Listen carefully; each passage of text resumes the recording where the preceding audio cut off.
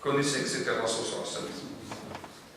Autrement, il est content que le prophète sallallahu alayhi wa sallam, il vient le visiter, c'est un honneur. Et celui qui est content de la visite, il est content quand on mange ou il n'est pas content? Hein? Vous invitez quelqu'un ou quelqu'un vous voit que vous aimez, qu'il y a une place pour vous, s'il ne mange pas, ça fait quelque chose dans le cœur. Mais quand il mange, on est content. Il nous a honorés. Et c'est pourquoi, on lui rajoute. Dans le cas de Ma'bad, il savait qu'elle n'avait pas grand-chose. Elle ne le connaissait pas. Il ne va pas lui rajouter une pauvreté sur pauvreté. Si il égorgeait la brebis et il aurait pris la brebis, ça y est, il la laisse dans le dénuement. Mais il lui laisse la brebis et il lui laisse plus que la brebis, il lui laisse avec du lait. À l'autre côté, l'autre compagnon, il savait que pour le rendre joyeux, il fallait manger. C'est pourquoi même lui, comme le Tafon de Riwayat, il disait à Abu Bakr wa Omar, Koulou, inna ni'matun la tus'alunna alayha. Mangez. C'est une ni'ma, vous allez avoir, on vous demandera des comptes là-dessus, mais mangez. Et ça, évidemment, c'est pour honorer ce compagnon, cette grandeur de comportement dans le prophète sallallahu alayhi wa sallam. النقطة الثالثة التي ممكن نقف عليها هو بعد ما جاء النبي صلى الله عليه وسلم دخل المدينة طبعا كما قلت لكم مكث 14 يوم في قباء وبعد دخل المدينة وأول ما فعل في المدينة كان بناء المسجد. أول شيء فعله هو بناء المسجد. La première des choses qu'il fait, le premier acte, c'est de construire une mosquée. Là, en réalité, on voit que on connaît l'histoire de la construction de la mosquée, on connaît le pacte avec les tribus juives qui étaient dans Médine, mais le prophète sallallahu alayhi wa sallam, il n'a pas fait que ça. Il a mis, par exemple, quand la mosquée a été construite, il a mis une terre à côté de la mosquée qui a servi de marché pour que les gens ils puissent vendre, pour que les musulmans ils puissent avoir aussi leur propre marché. Al-Souk, ils vendent et ils achètent. Parce que Souk, ça augmente l'économie. Il n'y a pas que la question de la mosquée, mais on s'arrête sur la question de la mosquée. Et ça, c'est très important pour nous. Parce que pareil, quand on veut la mosquée, ça a été le point de départ de ce que je vous ai décrit tout à l'heure, quand je vous ai parlé au bout de 23 ans, voilà comment l'État musulman il est arrivé, c'est de la mosquée que c'est parti. La mosquée, c'est là qu'on se réunissait pour prier, c'est là qu'on se réunissait pour discuter, c'est là qu'on se réunissait pour se disputer. Il y avait des disputes. Pas croire que tout le monde il est beau, tout le monde il est gentil, comme on dit. Hein? Il y avait des disputes. Quand il y avait quelqu'un qui subissait une injustice, il venait à la mosquée. Quand il y avait quelqu'un qui avait un besoin, il venait à la mosquée. Donc la mosquée, ça a un rôle évidemment très important, et ça nous montre aussi, ça nous fait comprendre que parmi les premières choses qu'on doit faire si on veut participer à Nusrat al-Din, à cet effort justement dans la religion et d'Allah subhanahu wa ta'ala, c'est qu'il faut des mosquées. Et il faut que les mosquées soient actives. C'est pour ça d'ailleurs, même les gens, comme je vous ai dit, quand ils avaient un problème, ils venaient à la mosquée. Un jour, le prophète sallallahu alayhi wa sallam, il rentre à la mosquée, il trouve un compagnon assis à un moment où les gens sont au travail. Et il lui pose la question. Ma ajlasaka majlisaka hada. Oui, comment le Nabi sallallahu alayhi wa sallam, il était attentif. يعني ما لا تخفل عليه شيء وقت العمل وش راح يدير هذا؟ سقسى وش قال في المسجد في وقت العمل؟ قال الهموم يا رسول الله. كذا الهم. Les soucis, c'est les soucis qui m'ont fait qui m'ont amené à la mosquée à un moment où les gens sont en train de travailler. Vous voyez, même la mosquée, c'était l'endroit où Nas et quand il l'a vu, il lui a expliqué qu'il avait des dettes et il lui a appris une doua spéciale pour Ad-Duyoun. Une doua que vous trouverez dans le Hisn Muslim, une doua à dire tous les matins, tous les soirs, pour la question des dettes. Donc le masjid, ce n'était pas simplement la ibada, même il avait un besoin. C'est pourquoi quand le muhajirin il venait, ou les arabes des autres tribus ils venaient, il y avait dans Akhir al-Masjid, ma kan yusamma bi Suffa.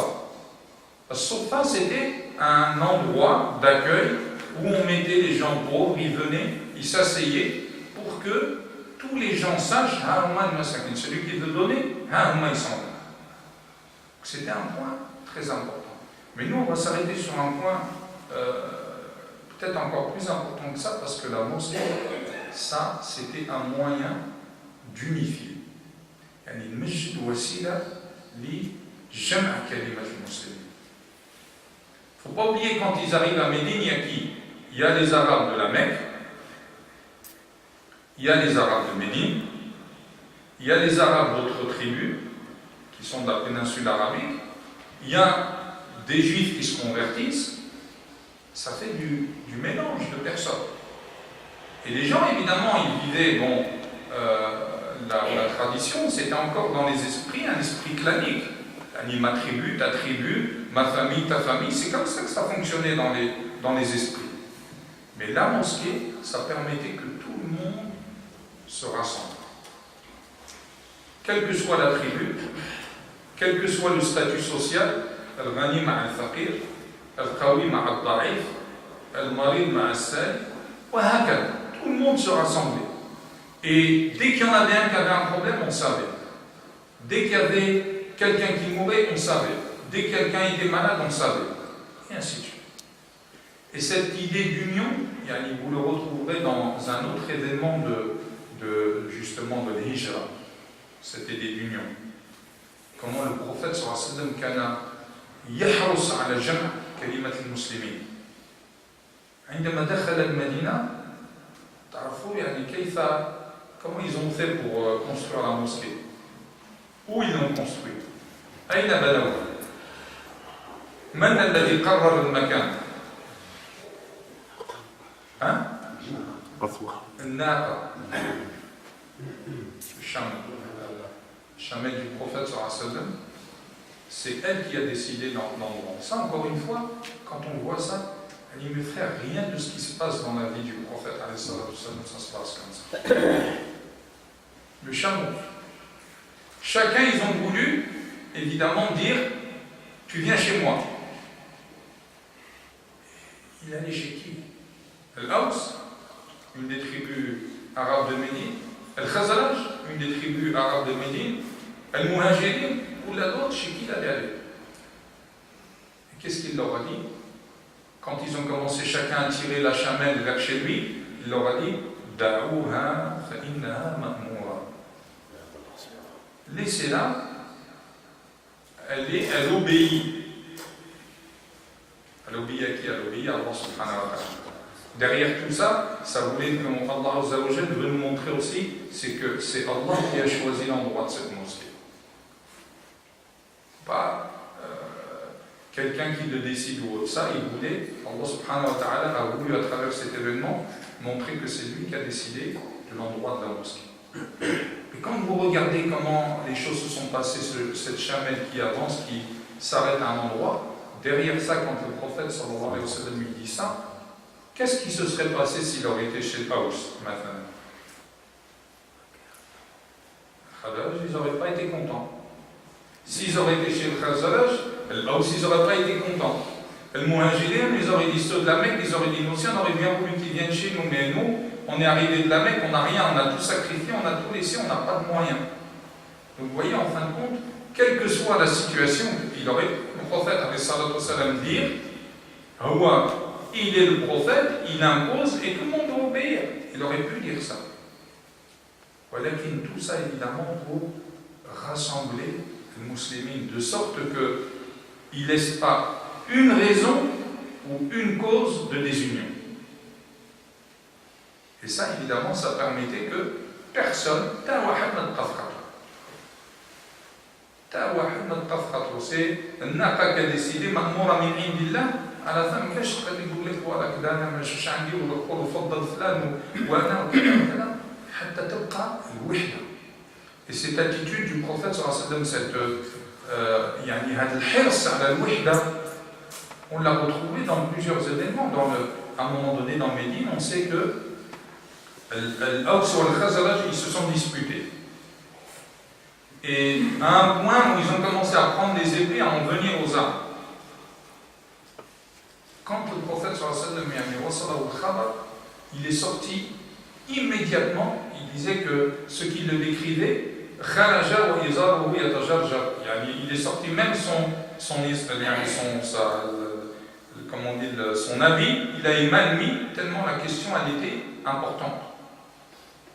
وعندما وصل إلى مكان الخلاف يعني غضب عليهم, il s'est mis en colère وقال لهم يعني هذه الكلمة يعني المشهورة أبي دعوى الجاهلية وأنا بين أظهركم, مش غادي توليو الجاهلية وأنا راني بينكم. La qadiyat al-khilaf, la désunion, c'est une question qui se traite tout de suite, il ne faut pas attendre. Et elle est très dangereuse pour justement l'évolution de la religion et le bien-être de la religion et le bien-être des musulmans. Donc vous voyez que quand il arrive à Médine, un des éléments très importants, c'est d'unir entre les croyants. Et de là, vous connaissez comment il a fait ce qu'on appelle le pacte de fraternité. آخى بين المهاجرين والأنصار. ما معنى آخى؟ قال يعني كل أنصاري ناس من المدينة يتكفل ويولي أخ لأحد من المهاجرين. Parce que les muhajirun, quand ils sont arrivés, les Mécois, quand ils sont arrivés à Médine, ils sont arrivés sans rien. Quand je vous disais tout à l'heure, Allah subhanahu wa ta'ala protège cette religion, oui, mais avec le sacrifice. Quand ils sont venus sans rien. Alors vous, imaginez-vous aujourd'hui, vous partez, vous laissez tout derrière vous. Ils ont pris leurs habits qu'ils avaient sur leur peau et ils sont arrivés à Médine. Donc le prophète il a fait ce qu'on appelle un pacte de fraternité. Il a dit chaque Médinois va prendre comme frère un Mécois, de sorte que justement cet éloignement, ce départ de la Mecque ne soit pas un départ qui va trop les attrister. Et évidemment, comme je vous ai dit, ça c'est un point très important dans la question de l'union.